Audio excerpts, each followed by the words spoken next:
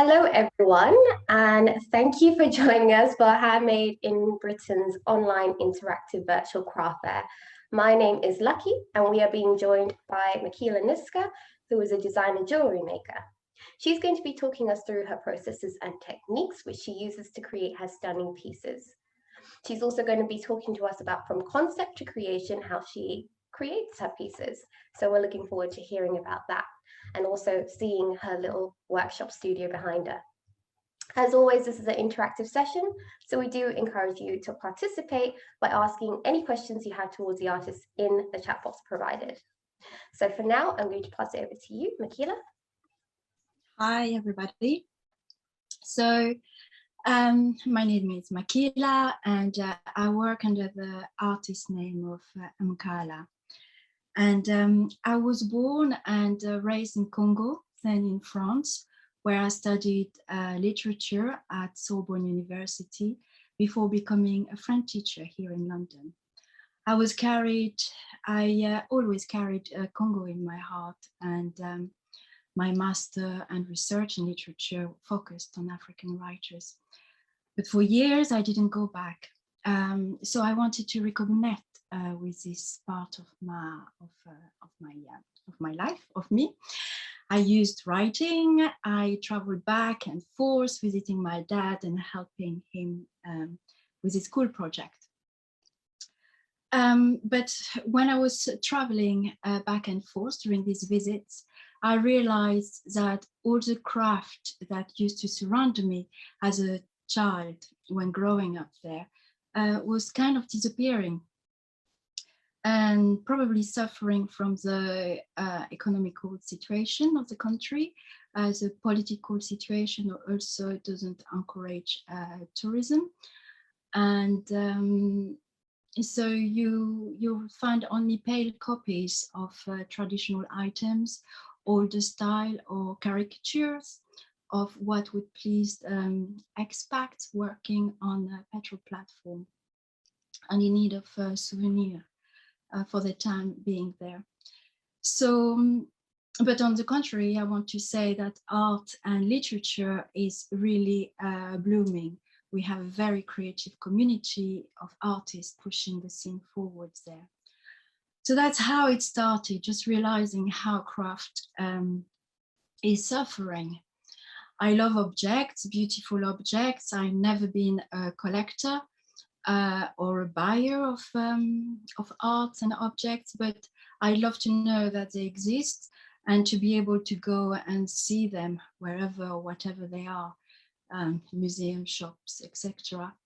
And I think they are important of creating perceptions of identities, either individuals or communal identities. Craft is in a sense more, more impactful than art. It is made to represent, to be used, to find a practical space in our daily life. He's got more bonds with us, more intimate bonds. So yeah, that's it. So I was good in technology and in physics at schools. And I like to work on projects. I wanted to join the movement, the general movement on the continent to revive our crafts.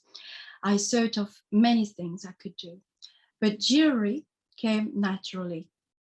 It is a craft that allows exploration. It can go towards art, but it carries meanings as well. It can be used in a narrative context, and I would love to be able to explore this more in the years to come. But moreover, it is just fun. So I needed to find a concept. When studying, when I was a student, I researched the perception of time in African literature at university, the way it works in loops, in repetition. It isn't a linear path in our mythology. So I decided to go back to this first interest, but looking at symbols and ancient system of belief. I grew up in the bank of Congo River, surrounded by artifacts with a lot of patterns on them. I have one here I don't know if you can see it. I just brought it just to show it quickly. And so looking at those artifacts, I was still quite stunned to find that I didn't know much about them. What do they mean? Their origin, or do they mean anything? So that set my path. And I remember a nice story that I read in a book published recently by a friend called Nsika. The book is called The Vanishing Kuba Textile. I learned then that story of a Kuba king. I forgot his name, but it's based in the 1920s, or it is in the 1920s.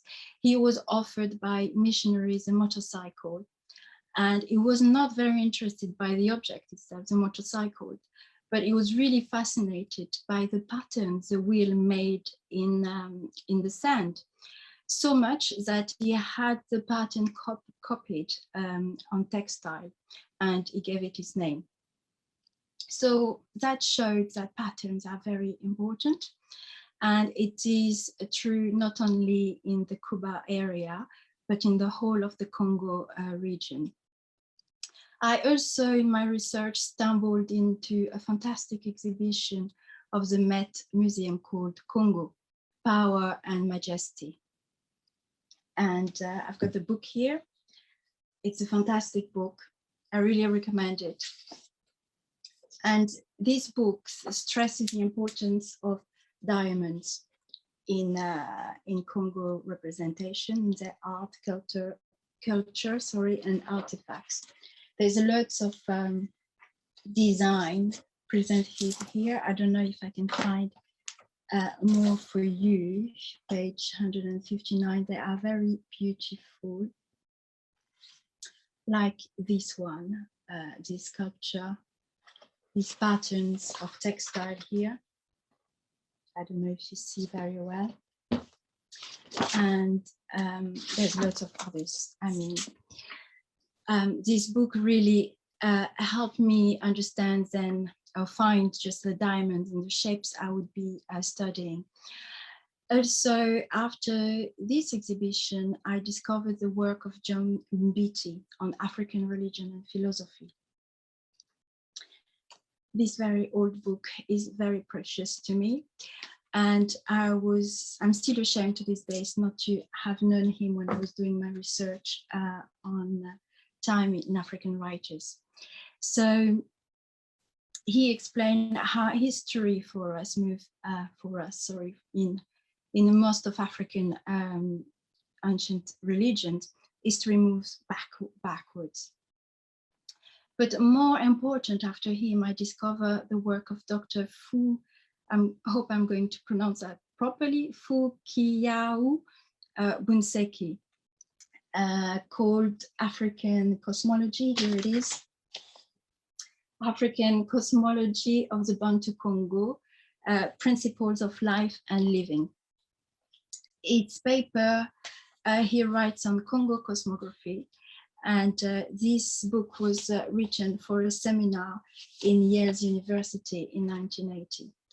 He starts the book with this very forceful statement, and that stayed with me when I was doing my research. It says here, I am going and coming back, being around the center of vital forces. I am because I was and re-was before, and that I will be and re-be again. It's so poetic. And this was for me the beginning of the collection called Kala. It says in this book again, page 26,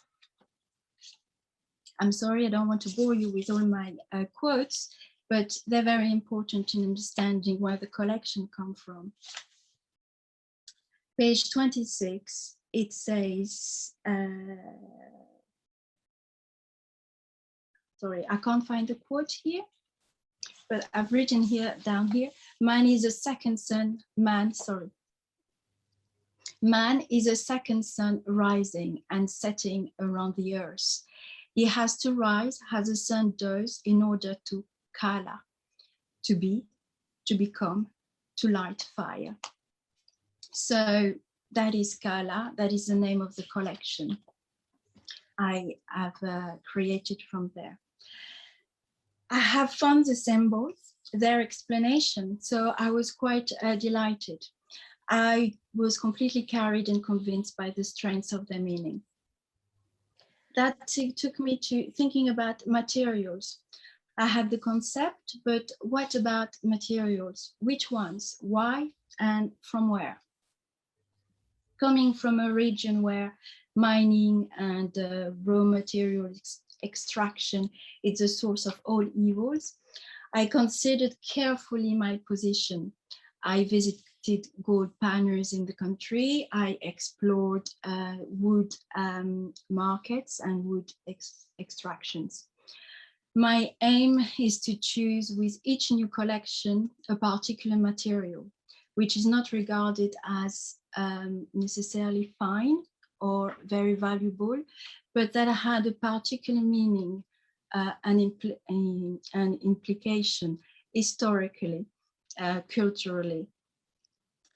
And I know already what I will be working on with my next collection, but I need to wait to be able to travel again.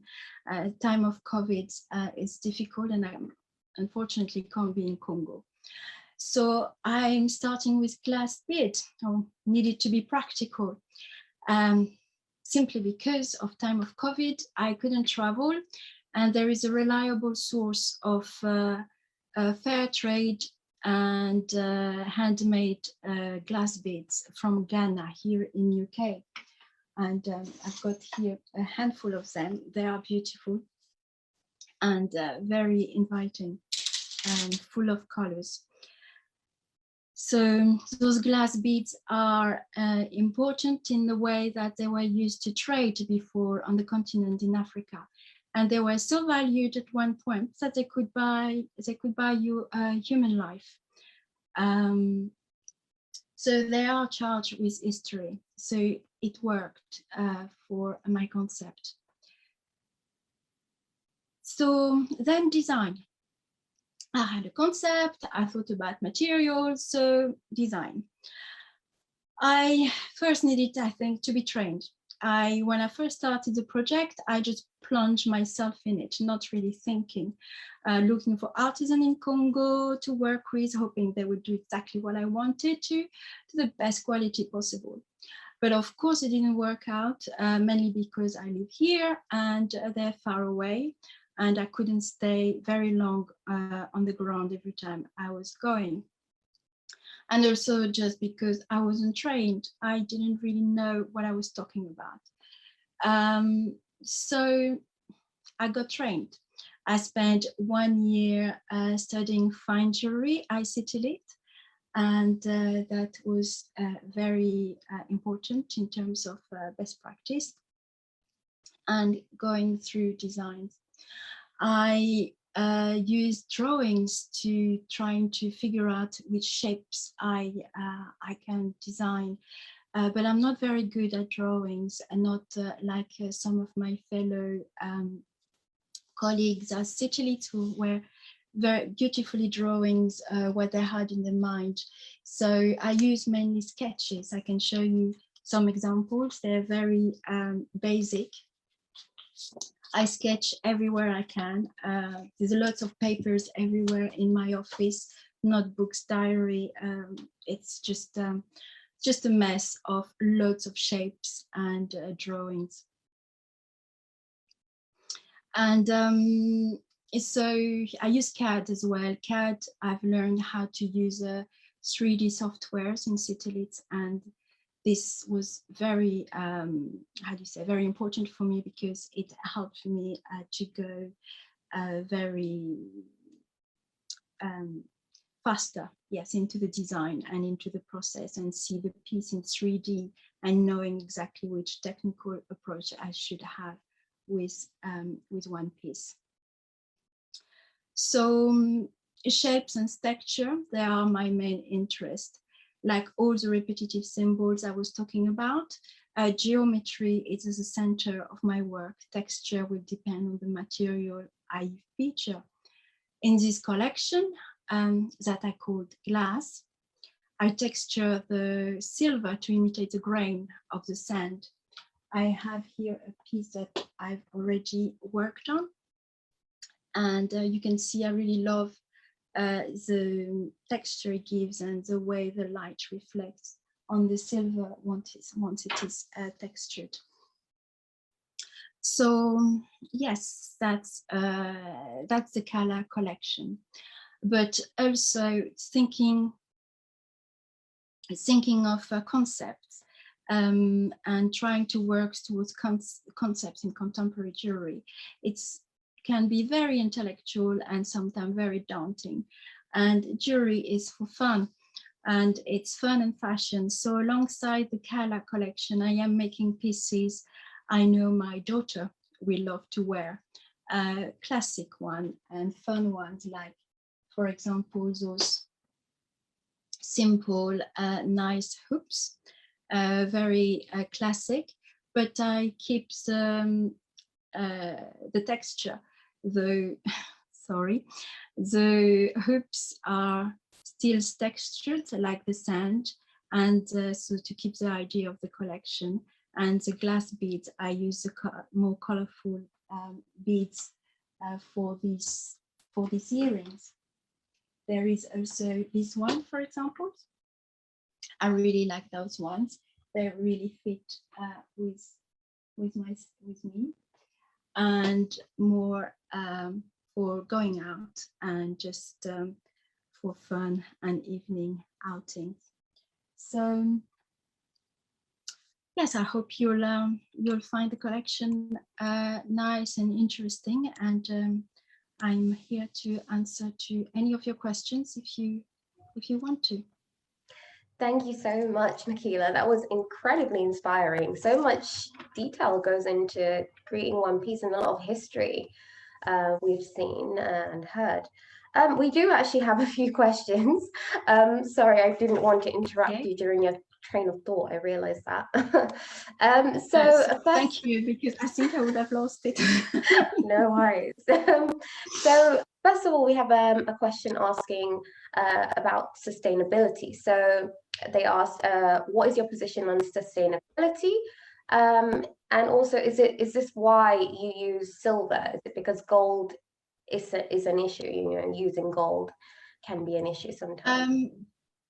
Well, gold is not an issue anymore because there's lots of fair trade way to source gold here, and you have how it is called, Cooks and Gold sell fair trade gold, so it is possible, and there's more and more of it with very good certifications.